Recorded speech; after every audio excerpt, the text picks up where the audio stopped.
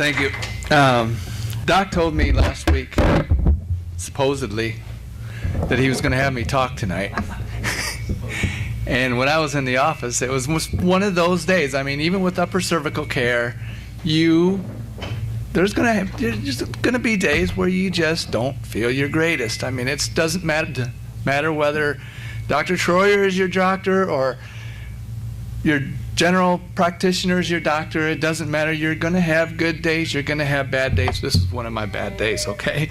But I walked in the office, and supposedly he had asked me to talk tonight, and he reminded me of it tonight again. And I'm like, what? When did you ask me this? But anyway, I am here. 4 years ago, I came to Dr. Troyer. I'm going to turn this down a bit because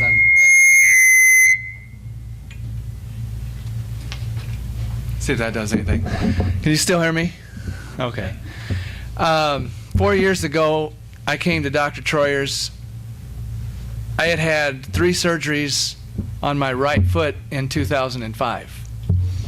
And in 2005, 3 surgeries did not fix the problem. I had been to Iowa City. They laughed at me. They told me there was pain clinics up here. My doctors that I had both for my foot and my regular doctors, I had been on approximately somewhere in the neighborhood of 20 pills a day to take care of my foot pain. And I said, you know, we need to get to the bottom of this. We need to figure out what is going on. Why is my foot hurting so bad? And, you know, what can we get done to correct this problem so I'm not in so much pain and I'm not on so many drugs? And of course my doctor said, well, we'll refer you up to a Mayo Clinic because, you know, they're the infamous peoples around here. If you've got something wrong with you, that's where you go, right? Well, they didn't exactly laugh at me like Iowa City did, but they really didn't know which way to go. They'd put me through several different tests and, you know, does this hurt when I do this? Yes. But, you know, all these different tests. And finally we went back and the doctor said, well, here's what we want to do. We want to take and break every single bone in your foot. We want to put it all back together the way it's supposed to. You're going to be off of your feet for minimum 6 months. I'd been already off that foot for over a year at that point. And or nearly a year at that point, I think, maybe longer. But anyway, they said you'd be off your foot for a minimum of 6 months. And he said, once we get that foot back, he said, your other one doesn't look good too, so we want to do the same thing with the other foot. And I looked at him and I said, thank you for your time, and I left, basically. I mean, they gave me a TENS unit that was supposed to try and help with the pain a little bit, some things like this, but they really didn't have any other answers other than to go through what they had suggested. And I said, no, I don't want to do that. I said, I need to provide the best I can for my family. I need to work. I need to, you know, all these other things. I don't have 6 months to devote to one foot, to being off of one foot, in another 6 months, and that's at minimum. So I said, no, thank you, and I went back hobbling along the way I had been.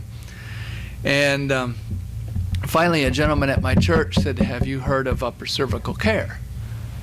No. He says, I see this chiropractor, and well, you know, chiropractors kind of admit it.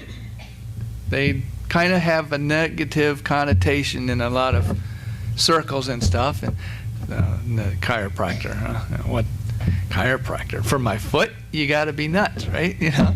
All right. So I've been to Mayo. I've been to Iowa City. I've been to all these other doctors. I've had 3 surgeries. What's it gonna hurt, right? I'll go and I'll see what this guy's about.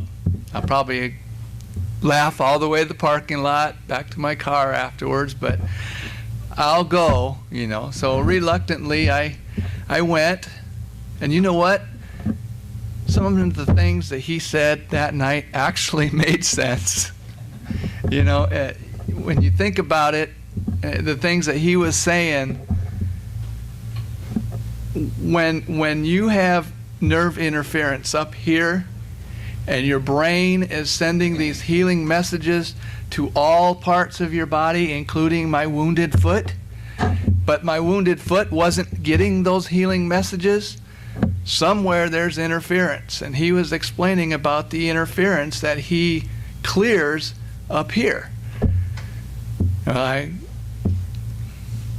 This kind of starting to make a little bit of sense to me. We'll go through it. We'll see what he can do. If he doesn't do anything, it'll be just chalk it up just to the rest of them. If he does, hallelujah, right? So I made the appointment and went in, and I got my x-rays and gave me my first correction. And I'll tell you one thing that impressed me about this doctor. The next day after my correction, he called me on the phone. Now, by a show of hands, how many doctors, not counting Dr. Troyer, has ever called you to see how you're doing after they've helped you in the office? One? Okay, good. It was Dr. Zimmerman, right? Okay. But I had never had a doctor call me the next day. Hey, how you doing? We did this for you yesterday. How you feeling? I've never had that. That really impressed me. I'm like, Doc, I got a neck ache. I don't know what you did, but I got a kind of a neck ache. I'm not feeling too hot. He's like, well, your body's just working through some things. Your body's working through some things. And, the more I thought about that, my body was working through some things, because it wasn't just a foot problem that I walked in with. When I walked in the office, I had a cane, and I walked like an old man, and I was all hunched over, and Doc will testify to this. I just, I felt and looked like an 80-year-old. I don't mean to say if there's 80 years old, don't get me wrong here, but I felt old, and but after some time had passed, and the next day he called, and how you doing? Well, I got this neck ache. Things are going back to where they're supposed to be. That's why things are hurting up here. Well, as time passed, I was able to get rid of my cane. I was able to get rid of the inserts in my shoes. I was able to get rid of the boots that orthopedic boots that I had to wear. I got rid of the braces that the doctors had given me. I threw all that stuff away. And the first time that they had a get-together was over at the Oster Regent Theater on Main Street. And at that point, I had been under care for about, what did we decide, 4 months, somewhere in there, 3 months. And I was helping them carry tables. We went for a walk in the mall. My wife said, slow down. That hadn't happened for quite some time. And so 4 years later, we have done a few couple re-x-rays, I guess, and in fact, Doc just showed me some newer x-rays that was taken a couple months ago, and things are changing. Things are changing. Do I still have pain in my foot? Yes, but do I take 20 pills a day for the pain? No, I don't take any pills for my pain anymore. And I work at West High part-time in the dish room, and basically all the kids bring all their trays when they're done eating up to me, and I get to take care of what's left. And we have approximately 1,500 kids that come through in approximately 80 minutes or so, 75, 80 minutes. And it's a chore, but the job gets done. And do I come home tired? Yes. Do I come home hurting some days? Yes. Do I pop pills for it? No. Am I going over to Mayo to have that procedure done? No, you know. But it's been a blast for the last 4 years. Things have just changed for me so dramatically. And after being under care for about 6 months, I could see the difference. I could feel the difference. I was able to do more things. And at this point, not only did it make sense, it wasn't just something that goes, oh yeah, that makes sense, and you go home and you've learned something. It goes beyond that for me, because, you know, if it can help me this way, I'm sure it can help you and you and you and you and all the rest of you in here. So why would you say no to something that you know is going to help you? Something that can help you physically?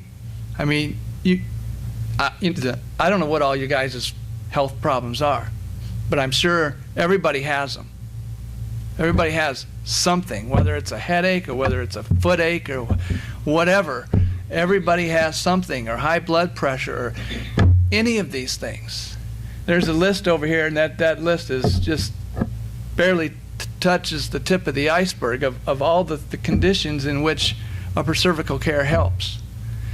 And, you know, there's no reason you should be depriving yourself of a better life.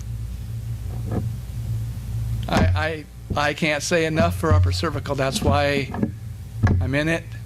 That's why my family's in it. That's why I tell everybody I come in contact, oh, you got what wrong with you? Let me tell you about something that can help you. You know, that's my story.